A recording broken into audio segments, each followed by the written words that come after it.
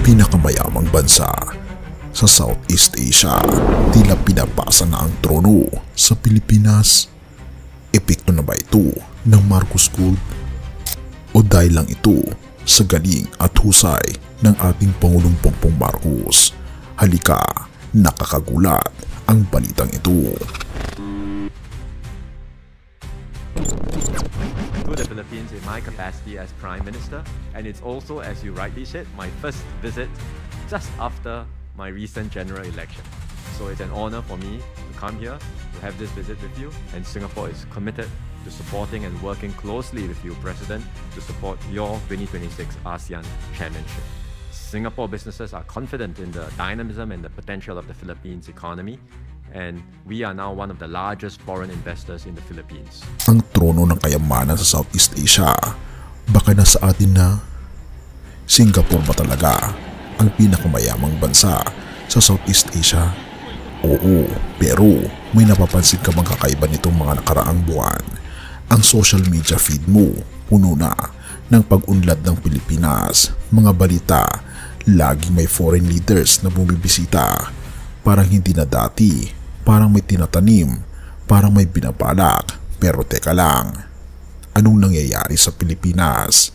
Bakit pati tayong mga mamayang Pilipino ay nararamdaman ang pag-angat ng Pilipinas, hindi lang sa ekonomiya, maging sa ating buhay, katulad na lamang ng 20 pesos na bigas, ang pagbaba ng gasolina, ang pagbagal ng inflation ng 1.3% at marami pang iba. Paggawa ng mga projects na talaga namang nakakalula. May epekto ba ito ang Marcos Gold o dahil lang sa galing ng pamumuno ng ating Pangulo? Hayaan mo ilatag ko sa iyo ang mga piraso, pero mag-ingat ka. Sa dulo ng artikulong ito, baka hindi mo namamalayang na bago na ang pananaw mo o baka nakonsumo mo na ang buong kwento. Unang tanong, bakit ba dumarami ang investors sa Pilipinas ngayon?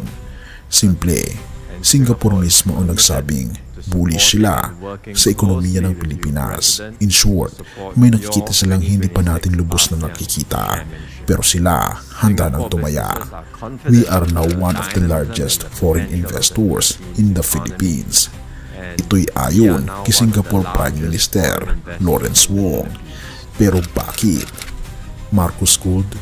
Maaring coincidence o hindi? Magaling na pamahalaan? Posibleng totoo. Pero teka muna, napapansin mo rin ba na may biglaang focus sa mga high-impact sectors katulad na lamang ng renewable energy, green economy, digital leadership at climate resilience? Lahat yan nakasentro sa pagbabagong stratehiko.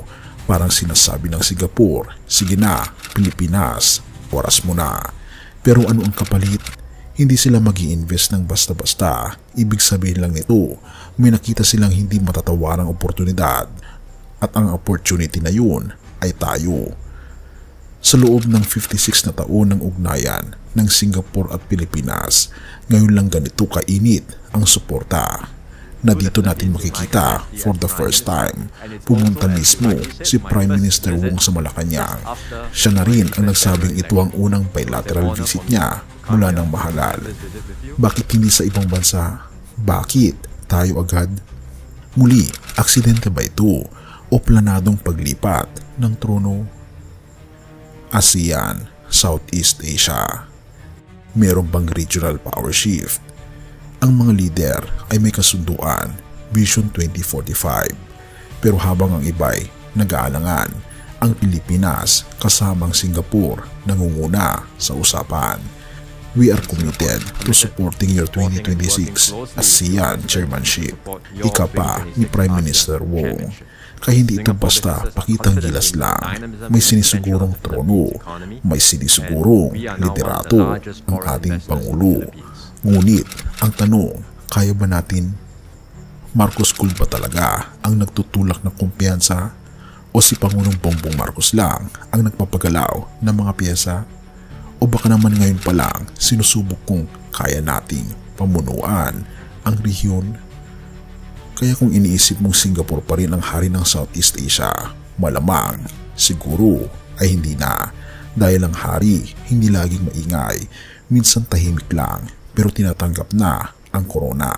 At kung tuloy-tuloy ito, huwag ka nang magulat kung sa susunod na balita, hindi na headline ang Pilipinas na tumanggap ng tulong mula sa dayuhan, kundi Pilipinas na mismo ang bagong lider ng Southeast Asia.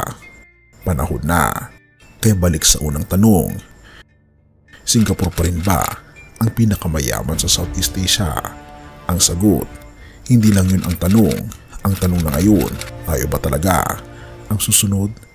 At kaya mo bang tanggapin ang sagot? Or mas gugustuhin mong maghintay habang ang iba ay sumusugol na sa atin? Have mercy, O God, at purihin ang ating Panginoong Diyos. At siya ay una sa lahat ng mga bagay, at sa Kanya ay nananatili ang lahat ng mga bagay. Siya rin ang ulo ng katawan, ang iglesia. Siya ang pasimula, ang panganay mula sa mga patay, upang siya ay magkaroon ng kataas-taasang karapatan sa lahat ng mga bagay. Colossus 1 verses 17 to 18. Sa gitna ng mga pambansang balita ng pag-unlad, mga papuri mula sa banyaga, at tila pagkakaroon ng bagong papel ng Pilipinas sa Southeast Asia, mahalagang itanong muli, kanino ba tayo tunay na umaasa? Hindi masama ang pag-unlad, kaibigan, hindi kasalanan ang umasenso bilang bansa, ngunit kapag ang tagumpay ay hindi nakasentro sa ating Panginoong Hesus, ito'y magiging pansamantala at hungkag. Maaring magtangom ang ekonomiya, pero kung hindi ang ating Panginoong Hesus ang ulo ng bawat galaw, mananatili tayong uhaw. Ang sabi sa Colossus, si Kristo ang pinagmulan ng lahat ng bagay. Siya ang pinuno, hindi lang ng simbahan, kundi ng buong katawan, kabilang ang mga bansa. Ibig sabihin, walang tulay na literatura, prosperity. Ibig sabihin, walang tunay na leadership, prosperity o pagkakaisa kung wala ang ating Panginoong Hesus. Kung may bagong yugtungang haharapin ang Pilipinas, ang pinakamahalagang tanong ay ito: ang ating Panginoong Hesus ba ang pinaghaharian ng bayan? O masyado na tayong abala sa trono ng tao, nakalimutan na natin ang trono ng ating Panginoong Diyos? Have mercy, O God, at purihin ang ating Panginoong Diyos, at tayo manalangin. Ama naming Diyos na makapangyarihan sa lahat, Ikaw ang aming tunay na hari. Naway ang anumang pag-unlad ng aming bansa ay maging bunga ng iyong biyaya at hindi lamang ng galing ng tao. Ikaw ang aming pag-asa, direksyon at tagumpay. Sa iyo kami kumikilala, hindi sa mga gintong yaman, kundi sa iyong banal na dugo na siyang tunay na aming kayamanan. Pinupuri po namin kayo at pinapasalamatan o aming Panginoong Diyos sa inyo pong kabutihan sa amin, at patuloy niyo po kaming gabayan. Gabayan niyo rin po ang bawat Pilipino at lahat ng mamayan sa buong mundo na talikuran ng aming mga kasalanan. Tanggapin ang aming Panginoong Kristo sa aming buhay bilang aming tagapagligtas, sang-ayon sa iyong kagustuhan, hanggang sa muli po ninyong pagdating. At iligtas niyo po kami, o aming Panginoong Diyos. Salamat po sa patuloy na pakikinig ng aming mga panalangin, at gayon din po salamat sa pagkakalinis sa lahat ng aming mga pagkakasala, sapagkat ito po ang aming samot hiling sa matamis na pangalan ng aming Panginoong Hesus. Amen. Bago natin ipagpatuloy, kaibigan, siya nga pala ang Great Controversy, na isa sa mga pinaka-kontrobersyal na libro dahil tumutukoy ito sa mga propesiya sa libro ng Daniel at Revelation na nagaganap na sa panahon natin ngayon. Bago ang pagdating ng ating Panginoong Diyos ay pinamimigay na namin ng libre sa pamamagitan ng PDF, at ito ay nasa limited lamang na panahon.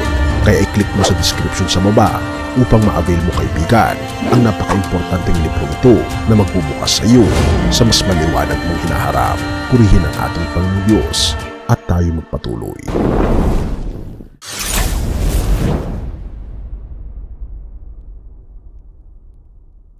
Siyang aking patnubay, siyang aking gabay, siya ang